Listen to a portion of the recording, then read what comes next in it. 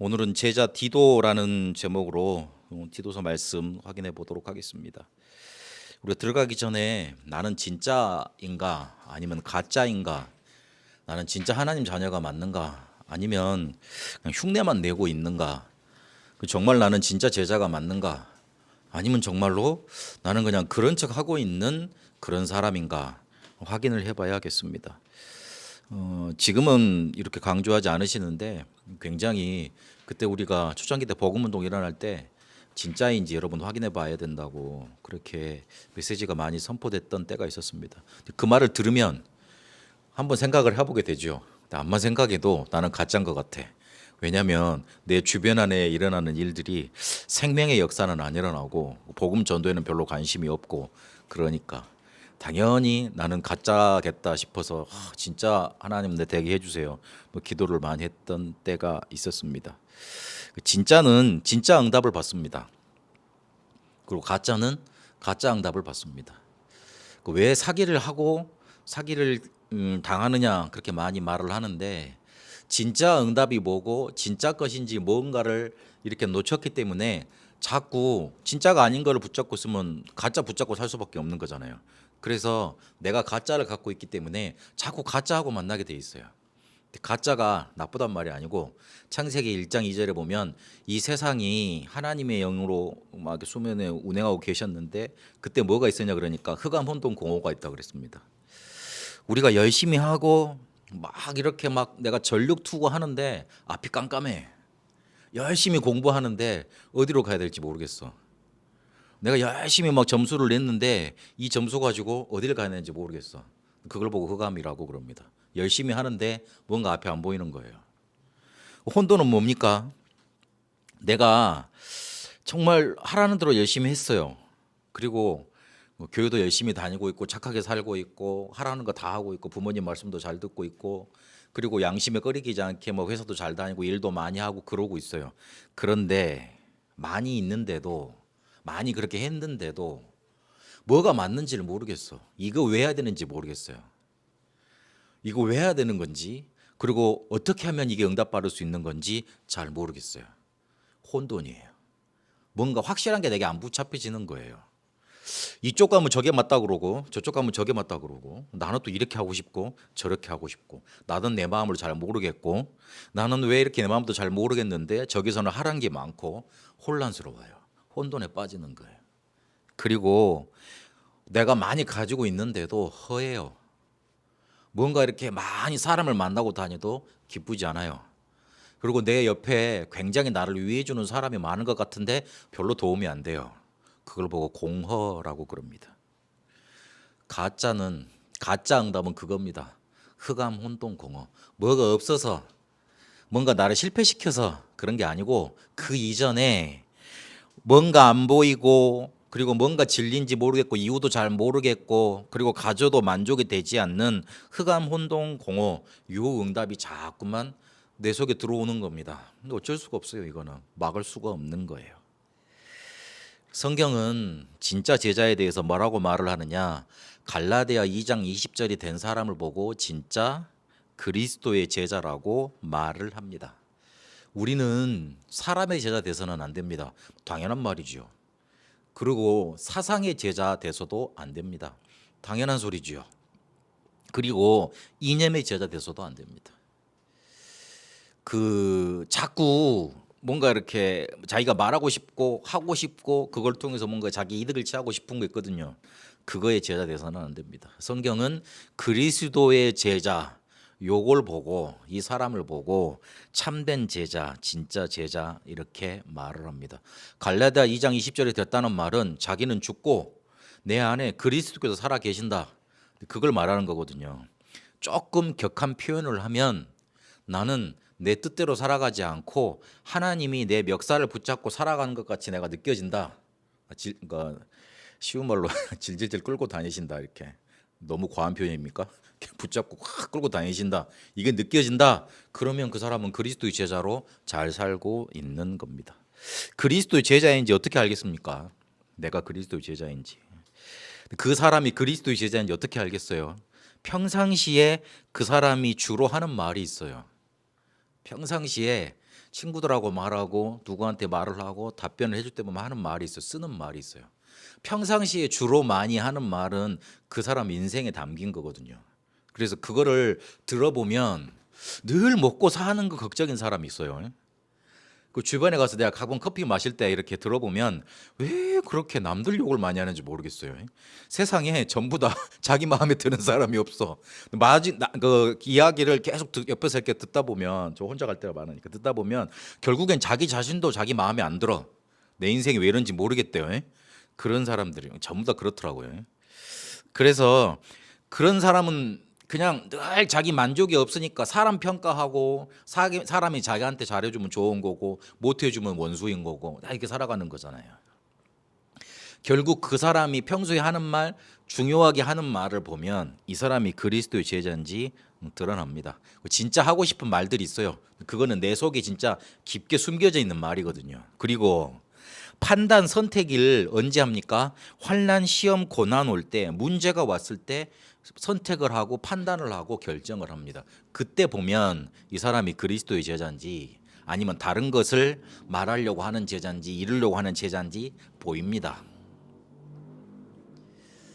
내가 왜 우리 1세대 목사님들을 좋아하냐면 자기들은 분명히 피해 올 건들지 알면서도 교회를 그대로 놔두고 교회 피해 온다고 성도들을 피해 온다고 그대로 혼자 개척을 해가지고 또 그만큼 성장을 시키고 전도운동 하시는 분들이 꽤 많았어요. 지금은 다 지나간 얘기고 그러지만 어떤 분은 이제 전도운동을 이제 막으니까 교인들 피해 안 간다고 본인이 개척을 하셨어. 2세대로 물려받은 것도 아니에요. 본인이 개척을 하셔가지고 교회를 크게 키워놨는데 어느 정도 먹고 살 정도가 됐어. 그런데 교단에서 하지 말라 그러니까 안 해야 될 거 아니에요. 그럼 나 교단 탈퇴하고 나 혼자 하겠다고. 성도들은 그냥 신앙생활 하라고 그러고 좋은 교회 목사 파송해 주라 그러고 그다음에 그대로 나와가지고 개척을 했는데 이제 뭐 있어야지. 자기가 개척한 거 다 놔두고 왔는데 자기 다 놔두고 왔는데 그래가지고 어디로 올라갔냐면 그냥 공원으로 올라갔대요. 그 편말 하나 만들어 갖고 여기서 이제 개척 예배 드린다고 편말 하나 만들어 놓고 그렇게 시작을 하셔가지고 전도운동을 지속하시고 그렇게 하셨다 그러더라고요. 자기 거니까 자기가 했으니까 충분히 주장할 수 있잖아요. 담임 목사 위력이 셉니다. 개척 목사 위력이 셉니다. 그 분명히 그 우리가 신학교 때 배울 때 담임 목사 있고 그 위에 위임 목사 있고 더 높은 권력을 가지신 분이 계시니 그분이 바로 개척 목사라 이러더라고요. 그래가지고 여러분 정말 개척하셔야 됩니다. 그러고 신학교 교수님들이 뭐 말을 하시던데 여튼 분명히 다 자기가 한 거 아니에요. 회사 말로 하면 창업주잖아요. 창업주가 쫓겨난 자가 얘가 별로 없잖아요. 그런데 다 내려놓고 복음운동 하는 것 때문에 그거 혹시나 내가 가지고 나오면 복음운동에 해가 될까봐 놔두고 그대로 나와서 다시 시작하시고 그리고 복음운동 때문에 이거 후대들한테 전혀 뭔가 이렇게 피해갈까 싶어서 자기가 이렇게 분명 거짓말로 공격을 하는데 그거 그냥 가만히 놔두고 그대로 당했던 분들도 많아요. 그대로 당하니까 너무 그냥 괜찮은 줄 알고 공격을 많이 했었죠. 그런데 그분들이 복음 앞에서 딱 신앙 양심, 복음 그리고 후대, 전도 이거 선택하시더라고요. 그래서 정말 저분들은 별거 없는 그러니까 사람들이 많이 욕을 해요. 신학도 모자라지 그다음에 인품도 모자란 것 같지 늘 사고만 치고 다닌 것 같지 그래도 저는 그분들이 어떻게 복음 운동을 지속해 왔는지 봤거든요. 그래서 판단 선택할 때 특히 환난 시험 고난 문제 왔을 때 선택하는 거 보면 내가 그리스도의 제자인지 아닌지 분명 알 수 있습니다. 하나님은 이런 제자를 찾고 계십니다. 그런데 문제는 이게 절대 불가능이에요. 잘 되지질 않아. 내가 진짜 되고 싶은데 진짜 되겠다고 마음 먹어서 되는 일입니까? 쉽지 않아요. 근데 어찌 보면 절대 불가능합니다. 왜 그러냐면 창세기 3장, 6장, 11장 나와 육신과 성공 이 중심으로 내 안에 가득 차 있기 때문에 그렇습니다. 내 안에 내 걸로 가득 차 있는데 내 육신, 내 성공 중심 뭔가 이렇게 막 나한테 피해 오면 안 될 것 같고 뭐 불안하고 뭐 내가 좀 잘 되고 싶고 이런 것들로 가득 차 있는데 어떻게 하나님의 것을 누릴 수 있겠어요? 하나님의 것을 못 누리니 어떻게 그리스도의 제자가 되겠어요? 말이 안 되는 소리죠. 그래서 절대 불가능이라는 거예요. 내가 여기에 빠져나오지 못하고 노예되어 있고 포로되어 있고 속국되어 있는데 내가 여기에 묶여 있는데 늘 먹고 사는 거 걱정이고 늘 뭔가 이렇게 나를 좀 알아줬으면 좋겠고 내가 늘 남보다 이렇게 앞서고 싶고 막 성공하고 싶고 이런 것만 가득 차 있는데 어떻게 내가 변화가 되고 진짜가 될 수 있겠냐고요. 이게 어떤 사람들의 수준이었냐면 공생애 때 예수님을 따라다녔던 제자들의 수준이었습니다. 공생애 때 예수님을 따라다녔던 제자들이 예수님을 안 믿었겠어요? 그리스도라고 고백을 했잖아요. 구원 못 받았겠어요? 그리스도라고 고백을 했잖아요. 그런데 베드로가 나중에 어떻게 됩니까? 불 쬐고 있다가 예수님이 쫙 그냥 피박받고 계시니까 그 피 철철 흘리고 이렇게 막 힘들어 하고 계시는 거 그거 피 쿨럭쿨럭 토하고 막 힘들어하시니까 보고 있는 그 자리에서 그 종이 와서 여종이 와서 너 예수랑 따라다니던 사람 아니냐 그러니까 예수님 배반해요. 고린도전서에 보면 무슨 내용이 있냐면 그때 예수님을 배반할 때 저주했다고 바울이 베드로가 그렇게 했다고 들었다 그렇게 말을 해요. 성령으로 하는 사람은 예수님을 저주하지 않고 배반하지 않는다고 그렇게 말을 했잖아요. 그런 것처럼 그 정도까지 수준이었습니다. 그러면 고백은 고백인데 뭐가 진짜입니까? 베드로의 그 수준이 왔다 갔다 하는 거잖아요. 그때까지는 아직 변화가 안 됐던 거예요. 금방 은혜 받아놓고 또 금방 쫙 나락으로 떨어지고 금방 예수님의 기적을 바라보놓고 현실에 들어오니까 돈이 없어 세금 낼 돈이 없어 그래가지고 절절 매고 있고 그게 제자들의 수준이었어요. 어찌 보면 우리가 잘못하면 그 수준에 살아갑니다. 근데 그게 나쁜 게 아니고 나쁜 게 뭐냐면 진짜 힘든 게 뭐냐면 진짜 뭔가 우리가 빠져나와야 될 게 뭐냐면 거기에 갇혀 있는 거예요. 거기에만 갇혀 있는 거. 근데 제자들이 사도행전 1장 그리고 2장을 거치면서 보니까 완전히 변화가 됐습니다. 어떻게 변화가 됐습니까? 사도행전 1장에 하나님이 함께 하실 수밖에 없는 그리스도 하나님 나라 성령 충만이라는 언약을 딱 붙잡습니다. 그것 붙잡고 사도행전 2장에 오직 유일성 재창조가 일어날 수밖에 없는 마가 다락방의 응답을 받습니다. 사도행전 1장의 언약과 그걸 믿음과 그리고 사도행전 2장의 응답을 체험하니까 성령 충만을 체험하니까 그때 어떻게 됐습니까? 실제로 변화가 됐습니다. 그때부터 진짜 제자의 사역이 제자의 역사가 시작됐던 거예요. 우리는 우리 스스로 못 바꿔요. 이번에 그 선교지 가서도 그 랩런트 한 명에게 그랬어요. 네 나이는 먹어가고 주변에서 나이가 먹어가니까 압박이 들어오겠지. 취직해라. 미래는 뭐냐? 그다음에 뭐 결혼해라. 돈 벌어라. 이런 게 많겠지. 그런데 네 그거 할 수 있는 힘이 있느냐? 없지. 그래서 열심히 하려고 하는데 열심히 하려고 하는 만큼 잘 안 되니까 더 낙심이 되지. 그래서 하나님의 말씀을 붙잡아야 돼. 위에서 주시는 하나님의 힘을 얻어야 돼. 그래야지만 너를 변화시킬 수 있어. 다른 사람의 말들 존중은 하지만 마음에 담아놓지 마. 그 다른 사람의 너를 위해서 해준다는 말이 미안하지만 너를 딱 보는 그 수준만 딱 그때만 바라보고 하는 말이지 진짜 너를 위해서 해줄 수 있는 말이 아니야. 마음에 담지 말고 하나님의 말씀을 마음에 담아. 그래야지만 하나님의 말씀이 너에게 역사하고 그래야지만 네가 변화가 돼. 알아들은 것 같더라고요. 하나님의 말씀, 특히 하나님이 나와 함께 하실 수밖에 없는 사도행전 1장의 그리스도 하나님 나라 성령 충만 이 언약이 믿어져야 돼요. 그것 붙잡고 사도행전 2장 속에 성령의 충만함 속으로 들어가는 기도 그 속으로 들어가야 돼요. 그러면 변화되는 응답이 나타나게 돼 있습니다. 사도들이 베드로를 위시한 사도들이 그때부터 진짜 제자의 여정을 가게 됩니다. 그때부터 진짜 하나님의 역사가 일어났잖아요. 그때부터 하나님이 이끄시는 여정을 갔습니다. 자기 마음대로 간 게 아니었어요. 베드로 마음대로 간 게 아니었어요. 하나님이 이끌고 가셨어요. 그리고 하나님의 계획이 반드시 그들을 통해 이루어졌습니다. 하나님은 지금도 이런 사람을 찾고 계십니다. 진짜 제자가 어디 있는지, 진짜 교회가 어디 있는지, 진짜 생명을 살릴 전도자가 어디 있는지 하나님은 그걸 찾고 계십니다. 우리 랩런트들이 지금부터 진짜 랩런트 돼야 돼요. 가짜 랩런트도 있습니까? 앞에 걸 생각해 보세요. 늘 내 인생 속에 내 가는 길 속에 흥암 혼동 공허 같은 일만 많다. 빨리 바꿔야 돼요. 빨리 빠져나와야 돼요. 늘 창세기 3장, 6장, 11장 요런 것들 속에만 내가 그걸 위해서 공부하고 그걸 위해서 열심히 고군분투하고 있다. 빨리 빠져나와야 돼요. 여러분 지금 어린 애들이 아니에요. 우리 랩런트들 나이가 벌써 20개잖아요. 그렇죠? 벌써 10개가 넘었잖아요. 세상을 10년 동안 살아왔단 말이에요. 10년 넘게 다 살아왔잖아. 절대 어린 애들이 아니에요. 충분히 알아들을 수 있는 말이라. 내가 우리 그 애들 중에 보니까 그 신학자들이 예수님을 진짜 이렇게 인격적으로 만날 수 있는 나이가 언제냐 그렇게 조사를 해놨어요. 언제냐면 4살. 4살 때면은 그때부터 뭐가 나옵니까? 내가가 나옵니다. 창세기 3장이잖아요. 그렇죠. 내가 할게, 내가 뭐 할게 이런 단어가 제일 많이 나오는 때가 3살에서 4살로 넘어가는 때예요. 그럼 반대로 나라는 걸 인식하고 있다는 거잖아요. 복음 알아들을 수 있는 나이예요. 인격적으로 만날 수 있는 나이예요.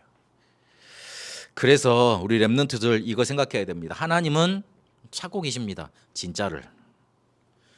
그러면 오늘 기도 제목 잡고 가셔야 됩니다. 하나님, 내가 창세기 3장, 6장, 11장 따라가는 그 가짜 응답 말고 진짜 하나님이 주시는 사도행전 1장과 2장의 응답 받기를 원합니다. 붙잡으셔야 돼요. 근데 이 제자를 어떻게 만날 것이냐, 어떻게 찾아내고 어떻게 될 것이냐, 전도로 되어집니다. 전도는 내가 어제도 답답한 일이 있던데 우리 목사님들이 뭔 이야기를 하는데 전도지라는 표현도 안 쓰고 찌라시라는 표현을 쓰더라고. 그래갖고 요즘 이렇게 찌라시를 많이 뿌려야 된대. 내가 벙쪄서 듣고 있었어. 뭐라고요? 속으로 캠프의 도사들이 찌라시를 뿌리고 다닌다고? 그래가지고 내가 한참 쳐다보고 있었네. 그래가지고 내가 왜 그러는지 이해는 갔어. 왜냐면 너무 이렇게 제가 자기들이 이제 전도에 이제 그 하는 게 없으니까 좀 그거라도 해야 되겠다 하는 그런 생각을 했다고 그러더라고요. 돌아다니면 교회 교인들 많습니다.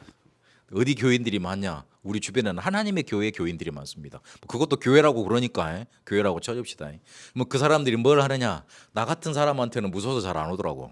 나는 욕을 하니까. 에이씨, 실제 욕은 안 하는데 그러지 생각하지 마세요. 욕은 안 하는데 눈빛으로 욕하고 막 이렇게 표정으로 욕하고 막 이러거든요. 그러니까 무서워서 잘 안 오더라고요. 근데 그 우리 애들 지나가고 좀 이렇게 막 좀 잘생긴 사람들 지나고 그러면 옆에서 막 들떨같이 달라붙어. 유니폼 딱 입고 와가지고 막 그래가지고 하나님을 아시냐면서 안식일을 지켜야 된다면서 6월절을 지켜야 된다면서 그렇게 막 하고 막 이러더라고요. 전도는 그런 게 아니에요. 그러니까 뭔가 이렇게 가다 보면 전단지 나눠주잖아요. 그거 딱 전단 주면서 광고하는 게 아니라고요. 대부분 그런 전략으로 교회에서 전도를 생각하고 있어요. 전도는 오늘 분명히 디도서에 밝히기를 영생의 약속을 하나님이 영생을 약속하셨어요. 영원히 살도록 천국을 보장하셨어요. 그거를 자기의 때에 자기의 말씀으로 뭘로 나타내셨어요? 전도로 나타내셨어요. 누가 전해줘야 돼. 누가 이게 진리라고 말을 해줘야 돼. 이게 구원의 길이라고 가서 강조를 해줘야 돼. 그래야지만 사람들이 흑암 혼돈 공허 속에서 창세기 3장 6장 11장 쪽에서 빠져나와서 옳은 길로 갈 수 있는 겁니다. 그게 전도예요. 얼마나 가치 있고 얼마나 대단하고 얼마나 능력 있는 겁니까? 단순히 한번 우리 교회 나와보세요. 한번 이거 한번 받아보세요. 이거 가지고 한번 우리 같이 문제나 한번 해결해 봅시다. 그런 게 아니라니까. 오늘 제자 디도를 바울이 어떻게 만났느냐? 디도가 헬라인이에요. 유대인이 아니라 헬라인이라. 근데 이 사람이 고린도 교회가 문제가 많았었잖아요. 우리가 고린도 교회 봤을 때 좀 엄청난 일들이 많았지 않습니까? 어떤 교회에서 저런 일이 일어난다고? 초대교회였는데 2000년 전이었는데 그렇게 생각할 정도로 문제가 많았었잖아요. 근데 그 문제 많은 교회에다가 누구를 파송했냐면 디도를 파송했어요. 그럴 정도로 믿고 신앙이 대단했던 제자였다는 거예요. 근데 그 제자 디도를 어떻게 만나느냐? 내가 전도를 맡았는데, 내가 하나님께 전도를 받았는데, 직접 그 다메섹 도상에 전도를 받았잖아요. 너도 이 전도를 통해서 만나게 됐다. 그렇게 바울이 말을 하고 있습니다. 전도라는 행위가 아니에요. 하나님의 계획을 성취해 나가는 큰 역사의 흐름입니다. 우리가 전도함을 받아서, 우리가 다 그 전도함을 받아서 지금 이 자리에 나와 있고 하나님의 자녀가 됐습니다. 로마서 10장 13절에서 14절 15절까지 읽어보면 이런 말이 나옵니다. 로마서 10장 13절에는 누구든지 주의 이름을 부르는 자는 구원을 받는다 그랬잖아요. 근데 그 뒤에는 우리가 잘 안 읽죠. 14절 15절에 보면 뭐라고 돼 있냐. 그런데 어떻게 듣지도 못하는 자를 부르겠니? 그 말이 나와요. 그러면 누가 들려주는 자가 없는데 어떻게 또 듣겠니? 그런데 그 들려주려고 이렇게 가는 사람이 없는데 어떻게 가서 말할 수 있겠니? 그래서 복음 전하러 가는 산과 강을 넘는 자의 발이 아름답도다 그렇게 표현을 합니다. 누가 말을 해줘야 돼요. 그럼 말을 해주려면 누구한테 가야 돼요.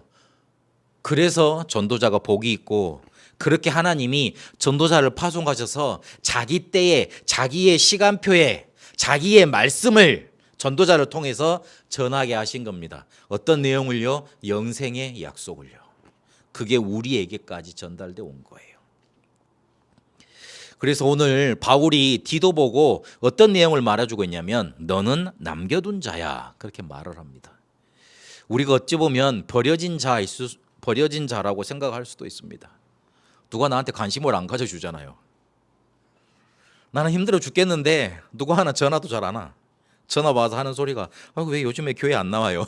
이러고 나는 답답해 죽겠는데 나는 힘들어 죽겠는데 나를 위해서 뭐 좀 기도만 해준다 그래도 괜찮을 것인데 교회 안 나냐고 아직 좀 신앙이 좀 못했다 그러면서 막 이렇게 또 들리는 소리를 들어보니까 아이고 자 요즘에 교회 안 나오더만 어디도 딴 데로 도망갔다더라 이런 소리나 들려오고 그러니까 나는 그렇게 가치가 없는 사람인가 내가 좀 해놓은 게 있는데 왜 그렇게 그래 내가 저 사람들한테 저런 것밖에 못했나 이런 생각이 들지도 모르겠어요. 그래서 들은 생각에 그래 나는 버려졌는갑다 이런 마음이 있는지도 모르겠어요. 그렇지 않습니다. 하나님의 이유가 있습니다. 하나님의 이유가 있어요. 하나님이 나를 어려움 가운데 힘든 가운데 고난 가운데 시험 가운데 내버려 두는 이유가 있어요. 이유가 있어요. 오늘 디도가 그걸 알아챈 거예요. 바울팀이 전도를 다 해가는데 같이 안 따라가고 싶었겠어요. 그런데 힘든 그레데 섬에 홀로 남겨뒀거든요. 이유가 있어요. 오늘 그 이야기를 합니다.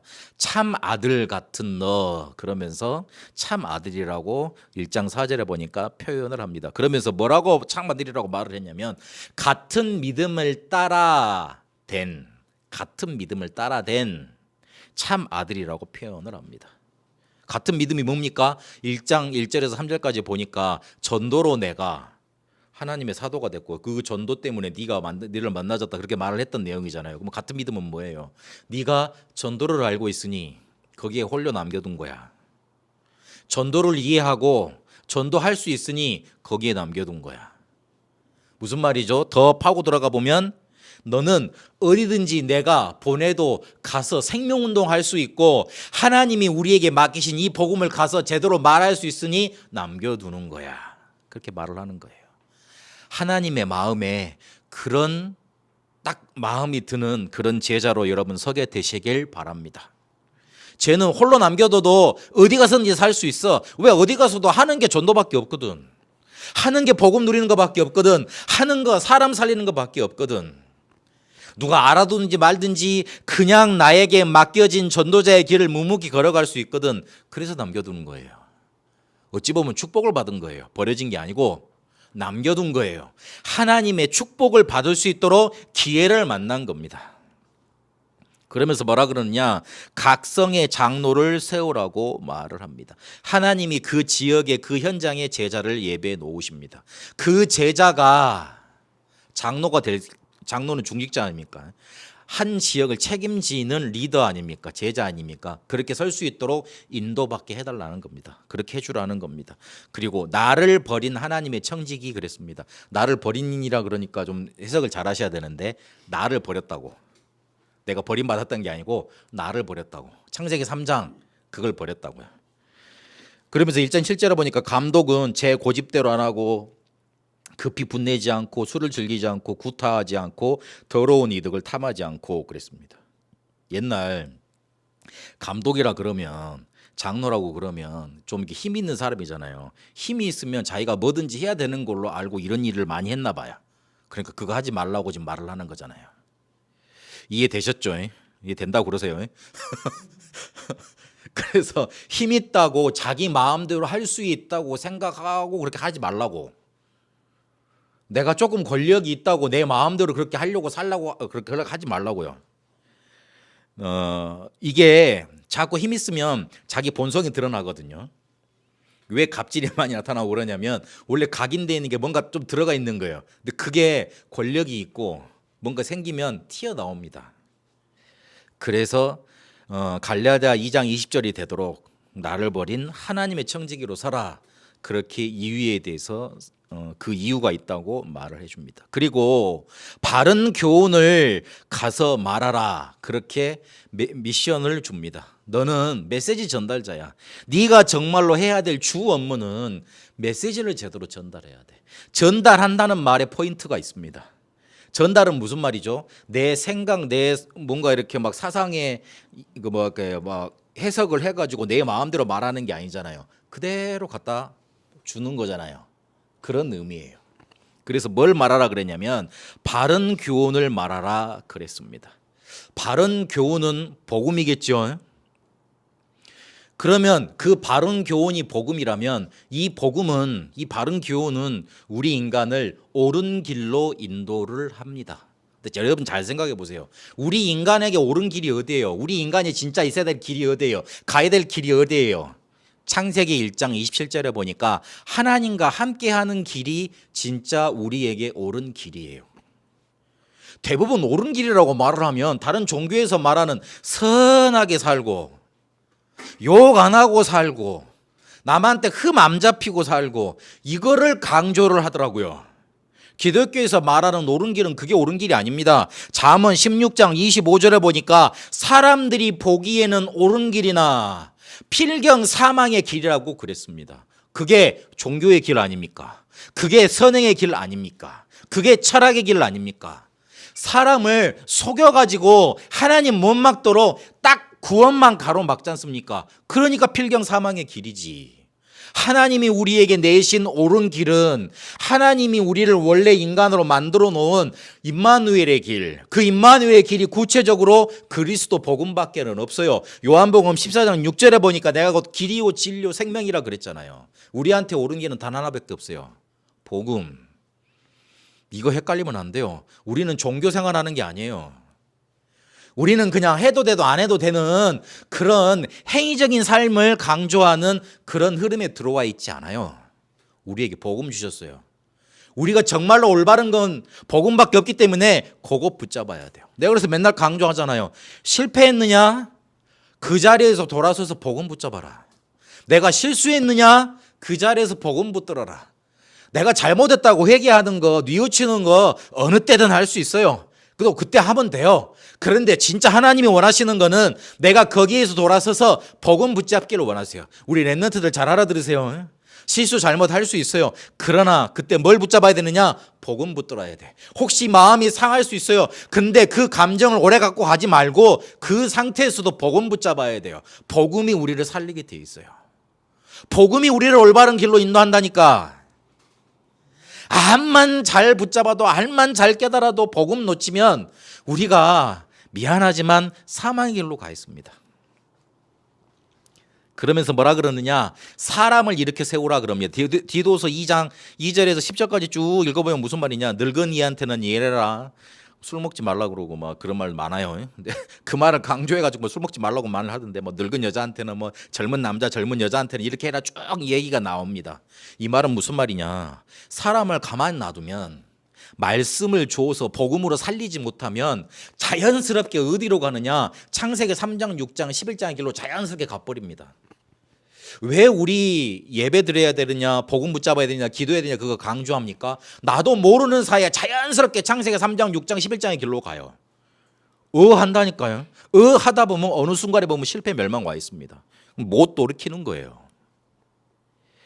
그래서 구원 은혜의 하나님의 영광만 나타내라 그렇게 강조를 합니다. 우리에게 강조되어 있는 거에 따라서 우리 인생의 방향이 결정이 됩니다. 쉬운 말로 제가 여기 강단에서 여러분 그래 하시면 안 돼요. 율법 지켜야 돼요. 착하게 사셔야 돼요. 헌금도 많이 하세요. 이런 얘기만 계속 강조한다. 그러면 결정적인 문제를 만났을 때 강단에서 계속 선포되었던 그 말씀이 떠오릅니다. 아, 내가 뭔가 잘못해서 하나님께서 나를 벌하시는구나. 그래가지고 영 거기에 포로되고 갇혀버리게 됩니다. 그런데 복음이 강조가 됐어. 아, 하나님이 나한테 기회 주시려는 거야. 축복 주시려는 거야. 나는 여기서 내 잘못 깨닫고 나는 또 복음 붙잡아야 되겠어. 그러면 삽니다. 교회에서 왜 싸움이 많이 나고 왜 다툼이 많이 일어나는지 아십니까? 맞고 틀림만 결정되는 그런 말들이 강단을 통해서 선포가 됐거든요. 그러니 늘 문제 따지는데 네가 맞았네, 내가 맞았네, 틀렸네, 따졌네, 그것만 따지게 돼 있어요. 여러분 인생 속에 뭐가 강조돼야 되느냐? 복음 강조돼야 돼요. 그래야지 하나님이 여러분을 이끌어 가십니다. 그 응답받게 되시길 바랍니다. 그러면서 열매 맺는 망대에 세우라, 그런 목표를 제시해 줍니다. 통치자와 권세자를 위해서도 기도하라 그랬어요. 왜냐하면 하나님이 그들을 세우셨으니까. 마음에 안 드는 일이 많죠. 아이고야, 뭐 저런 사람이 우리 통치자일까, 이런 생각이 많죠. 그러나 하나님이 세우셨습니다. 그래서 기도해야 됩니다. 왜냐하면 기도하지 않으면 공중권세 잡은 자가 그들을 사로잡거든요. 그 일이 일어나지 않도록 기도해야 됩니다. 두 번째, 순종치 않았던 것에서 국류를 입은 자임을 기억하라 그럽니다. 순종치 않았던 것, 여러분 에베소서 2장 1절에서 3절까지 보니까 우리가 허물과 죄로 죽었고 거기서 우리가 살림을 받았잖아요. 그런데 허물과 죄로 죽은 너희를 공중권세 사로잡은 자가 사로잡았다 그랬잖아요. 그래서 그 풍속을 따라갈 수밖에 없었습니다. 그런데 그런 사람이었는데 로마서 5장 8절에 보니까 우리에게 우리가 아직 죄인 되었을 때 하나님이 우리를 사랑하신 그 증거로 그리스도를 십자가에 못 박으셨죠. 그리고 에베소서 2장 7절에 보니까 그 국률의 은혜로 우리에게 구원을 허락해 주셨습니다. 그 은혜를 잊지 말라는 거예요. 어디서 구원받았고 왜 구원받아야 되고 어떤 구원이 임했는가, 그걸 놓치지 말라는 겁니다. 그리고 너희는 상속자야, 그걸 말해주라고 그럽니다. 고린도전서 2장 12절에 보니까 하나님의 영이 우리 안에 거하시는데 그 영께서 우리에게 은혜로 주신 것들을 알게 하신다 그랬습니다. 요한복음 1장 12절에는 하나님의 자녀 그랬습니다. 자녀 만드신 이유는, 상속자 만드신 이유는 뭐냐? 우리한테 모든 것을 다 주기 위함입니다. 하나님의 축복을. 이 제자를 전도를 통해서 하나님은 부르셨고 그리고 이끌어 가셨습니다. 우리에게 이렇게 복음이 왔어요. 그래서 우리는 남겨둔 자다. 그리고 우리는 바른 교훈 복음을 붙들어야 된다. 우리는 열매 맺는 망대, 이 목표로 가야 된다. 마음속에 두셔야 됩니다. 그러려면 한마디로 결론을 맺겠습니다. 하나님의 권능을 체험하면 됩니다. 하나님의 권능을 만약 체험하지 못하면 늘 가짜로 내 인생을 끝내게 돼 있습니다. 하나님의 권능을 체험하면 하나님이 나에게 주시는 진짜 축복 응답을 받게 돼 있습니다. 그래서 서론에서도 계속 강조됐지만 나에게서 벗어나세요. 나의 수준, 기준, 표준에서 나오는 마음, 생각, 체질로는 절대 하나님의 것을 체험할 수 없고 하나님의 권능을 체험할 수 없습니다. 그래서 우리에게 기도의 영적인 과학이 내게 사실로 확인되고 그리고 내 것으로 적용되는 기도의 포럼이 필요합니다. 포럼이라 그러니까 사람하고 나누는 것도 필요하지만 먼저 내게 기도의 영적인 과학이 있는데 그게 사실이야 확인이 돼야 돼요. 확인이 되었으면 내게 적용이 돼야 되잖아요. 그래야지 내 것 되잖아요. 요게 필요합니다. 나에게서 벗어나려면, 창세기 3장 6장 11장에서 벗어나려면 기도 포럼이 필요해요. 기도할 때 성령께서 역사하시고 사단이 결박되고 천사가 동원이 됩니다. 그 뒤에 환경이 변합니다. 환경이 변하면 문제가 올 수 있는 모든 것들이 사라지게 되기 때문에 문제가 해결되게 되어 있습니다. 그래서 문제 해결 놓고 기도하지 말라고 하는 겁니다. 그래서 기도하라는 겁니다. 초대교회가 어떤 기도했냐면 24, 25 영혼의 기도했어요. 그 기도하다 보니까 하나님의 권능을 체험했던 거거든요. 이 사람들이 굉장히 힘들었잖아요. 근데 결국엔 로마 복음화까지 하게 됩니다. 왜냐하면 구약 시대까지는 기도에 대해서 어떻게 생각을 했냐면 어디 가서 해야 되는 걸로 생각을 했어요. 그래서 성막, 성전이 필요했고 장막이 필요했고 어디 산에 가라 그랬고 광야로 이끄셨습니다. 어디를 가야 돼. 어느 특정한 시간을 정해야 돼. 그런데 초대교회는 항상 그리고 자기 있는 곳이 그리고 자기의 삶이 기도였어요. 이러니 자기들한테 오는 모든 어려움을 이기고 뭘 했느냐? 로마 복음화를 이뤄냈잖아요. 초대교회는 우리보다 더 편안한 삶을 살았습니까? 아니요. 더 어렵고 힘든 삶을 살았거든요. 말로 할 수가 없어요. 그래서 이제 우리의 시작을 어떻게 하면 되겠냐? 아침에 기도의 줄을 잡으세요.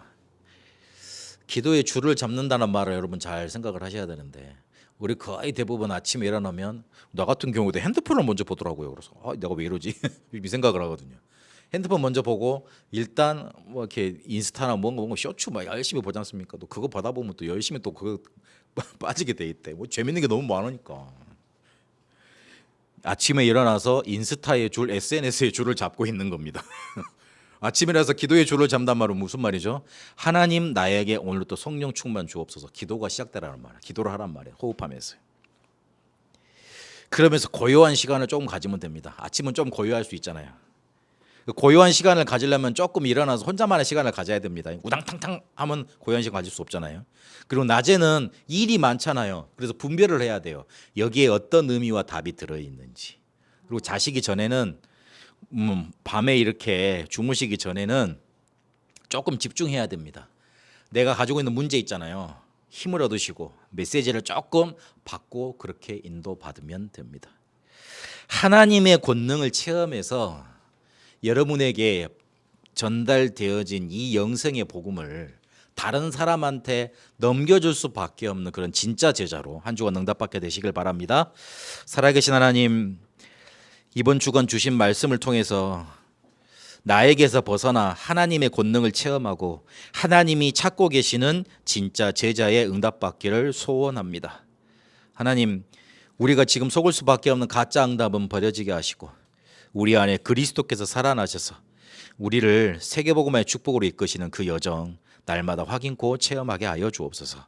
살아계신 우리 주 예수 그리스도 이름으로 기도합니다. 아멘.